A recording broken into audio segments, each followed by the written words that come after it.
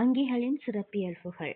அங்கிகளின் சிறப்பியல்புகள் நாங்கள் already discuss பண்ணினோம். என்னன்னு சொன்னால் வளர்ச்சி, விருத்தி, அசைவு, இனப்பெருக்கம், போசனை, சுவாசம் இவைகள் தான் மெயினாக நாங்கள் அங்கிகளில் சிறப்பியல்பாக கருதப்படுது.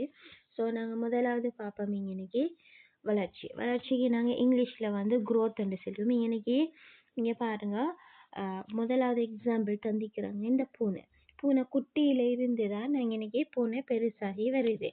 ஸோ இங்கே பாருங்க, ஒரு வளர்ச்சி ஒன்றிக்கு அவங்களோட திணிவிலையும் கன அளவுலையும் வந்து மாற்றம் ஏற்பட்டிருக்கிறது.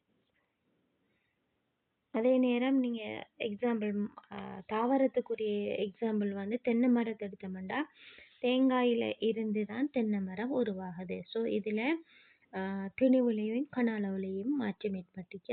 அதைத்தான் நாங்கள் வளர்ச்சின்னு சொல்லுவோம். மேலே தரப்பட்டுள்ள படங்களை அவதானியுங்கள். தாவரங்கள், விலங்குகள் தமது வயதுடன் பருமனை அதிகரிப்பை காட்டுகின்றன. ஸோ தாவரமாக இருந்தாலும் விலங்குகளாக இருந்தாலும் தனது வயதோட சின்னதாக இருக்கவங்க அதோட பருமன் வந்து சின்னதாகவும் கன அளவு சின்னதாகவும் வயது கூட கூட அதில் பருமனும் கன அளவும் வந்து கூடுது. பருமனில் அதாவது உயரத்திலும் கன அளவிலும் திணிவிலும் ஏற்படும் மீள முடியா அதிகரிப்பு வளர்ச்சி எனப்படும். வளர்ச்சி அங்கிகளின் பொது இயல்பாகும். உயிரற்றவை வளர்ச்சி அடைவதில்லை.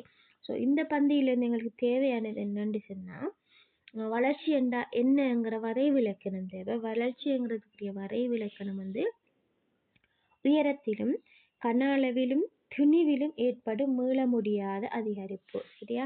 ஸோ இன்னைக்கு முதலாவது சொல் வரணும் உயரத்தில், ரெண்டாவது கன அளவில், மூணாவது திணிவில்.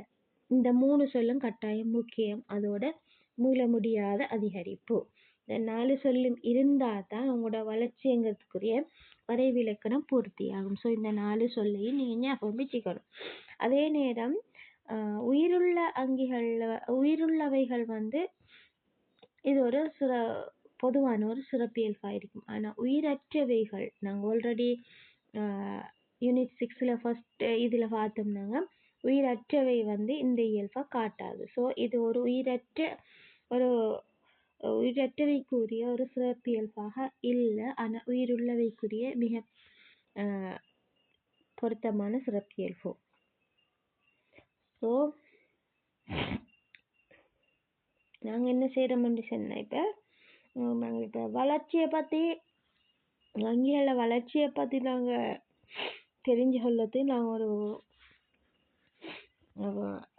எக்ஸ்பெரிமெண்ட் ஒன்று பரிசோதனை ஒன்று செய்ய போகிறோம். அதுக்கு நாங்கள் தேவையானது என்னன்னு சொன்னால், ஈரமான மண்ணை கொண்ட யோகட் கோப். சரி, ஒரு யோகட் கோப்புக்குள்ளே ஈரமான மண் எடுக்கிறோம். அதுக்கு பிறகு நீங்களுக்கு பைட்டம் விதை வேணும். பைட்டம் விதை இல்லாட்டி நீங்கள் வேறு ஏதாவது விதைகள் எடுத்துக்கொள்ள இயலும். வித்து இல்லாட்டி கொச்சிக்காய் விதைகள் எடுத்துக்கொள்ள இயலும். அடுத்து எங்களுக்கு தேவை நீர் வேணும், அளவு நாடாக வேணும்.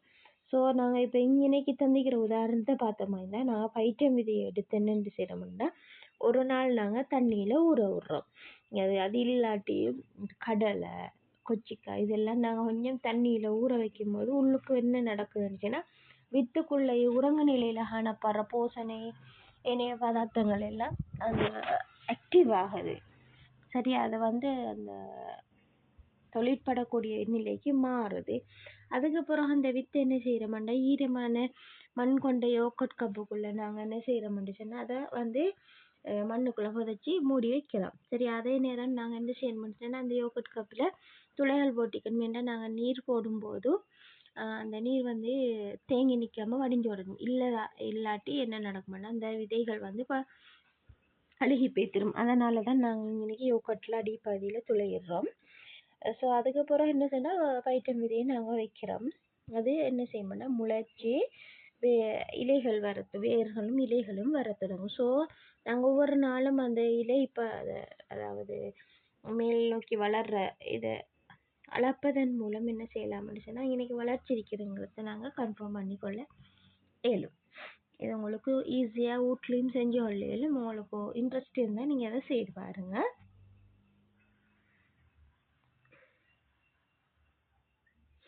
சரி உதாரணமா என்ன போட்டிக்கிறாங்க பிக்சர்ஸ். நாங்க ஃபர்ஸ்ட்டு இத பார்த்தோம்னா, நாங்க விதைய தண்ணீர்ல 1 நாள் ஊற வச்சுட்டு, அத மண்ணுல விதைக்கிறோம். அதுக்கப்புறம் அது ஒரு 1 நாளோ 2 நாளையில அது என்ன செய்யுதுன்னு சொன்னா, அதோட இத வெளியாக்குது. அதிலிருந்து வேர் உருவாகுது. வேர்லேருந்து தண்டு உருவாகி நாள் போக போக அதோட வந்து நீளம் வந்து கூடுது. நீளம் மட்டுமல்ல, அதோட இலைகள் எண்ணிக்கைகளும் அதிகரிக்குது. சரி. ஸோ இந்த பாடத்தில எங்களுக்கு அங்கேயும் சிறப்பியல்பா நாங்க முதலாவது பார்த்திருக்கிறோம் வளர்ச்சி என்று சொல்லி. உங்களுக்கு வளர்ச்சிக்குரிய டெஃபினிஷன் தெரியணும்.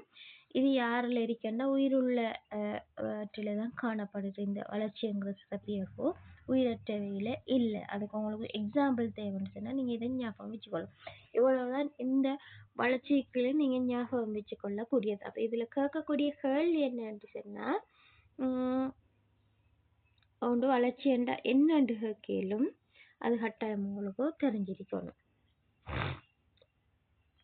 ரைட். அடுத்தது வந்து போஷணை நியூட்ரிஷன் என்று சொல்லுவோம் இங்கிலீஷ்ல. எம்மை போல சகல அங்கிகளுக்கும் உணவு அத்தியாவசியமானது. உணவை நாங்க என்னத்துக்கு எடுக்கிறோம்? எங்களுக்கு சக்தியை பெற்றுக்கொள்ளதுக்கும் எங்களோட சக்தியை வந்து எங்களோட உடல்ல இறந்த கலங்களுக்கு வந்து உயிர்ப்பிப்பதற்கும் ஏனைய மூலக்கூறுகள், அதாவது எஸ்பெஷல் அந்த கார்போஹைட்ரேட், புரோட்டீன் அவைய இதில் உருவாக்குவதற்கு எங்களுக்கு தேவை எலிமெண்ட்ஸ்கள் வேணும். அமைனோ ஆசிட், குளுக்கோஸ் அவங்க அதில் அதெல்லாம் நாங்கள் எங்கேருந்து எடுக்கிறோம்னா எங்களோட உணவுலேருந்து தான் எடுக்கிறோம்.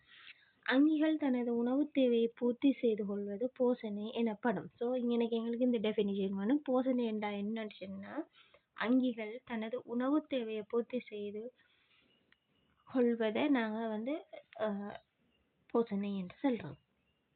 தாவரங்கள் தமது உணவை தாமே உற்பத்தி செய்து கொள்கின்றன. அப்போ இன்னைக்கு நாங்கள் அங்கிகளில் நாங்கள் ஆல்ரெடி பார்த்துருக்கோம். என்னென்னு சொன்னால், உயிருள்ளவை உயிரற்றவை சூழலில் காணப்படுற கூறுகளை நாங்கள் உயிருள்ளவை உயிரற்றவை என்று சொல்லி ஆல்ரெடி பிரித்தோம். உயிருள்ளவையில் வந்து தாவரங்கள், விலங்குகள், நுண்ணங்கிகள் பிரிச்சிருக்கிறோம். ஸோ இன்னைக்கு போஷணை எடுத்தமாக இருந்தால், அப்போ உயிருள்ளவைக்குரிய சிறப்பியல் அத்தனையும் தாவரம், விலங்குகள், நுண்ணங்கியில் காணப்படணும். இது காணப்பட்டதான் அவங்க வந்து அங்கிகள் என்று நாங்கள் சொல்லலும். ஸோ இன்னைக்கு தாவரம் ஒரு உயிருள்ள கூறு. ஸோ அவங்களில் என்ன நடக்குதுன்னா, தாவரங்கள் தனக்கு தேவையான உணவை வந்து அவங்களே தொகுத்து கொள்ளுவாங்க. இதனால் தாவரங்கள் தற்போஷணிகள் எனப்படும். ஸோ இன்னைக்கு உங்களுக்கு தெரிய வேண்டியது தாவரங்கள் யாருங்கிறது. தாவரங்கள் தனக்கு தேவையான உணவை ஒளித்தொகுப்பு மூலம் அவங்க என்ன செய்வாங்கன்னு சொன்னால் எடுத்துக்கொள்ளுவாங்க. அதாவது சூரிய ஒளியை பயன்படுத்தி சூழலில் இருக்கிற கார்பன் டை ஆக்சைடையும் பயன்படுத்தி அவங்க என்ன செய்வாங்கன்னு சொன்னால்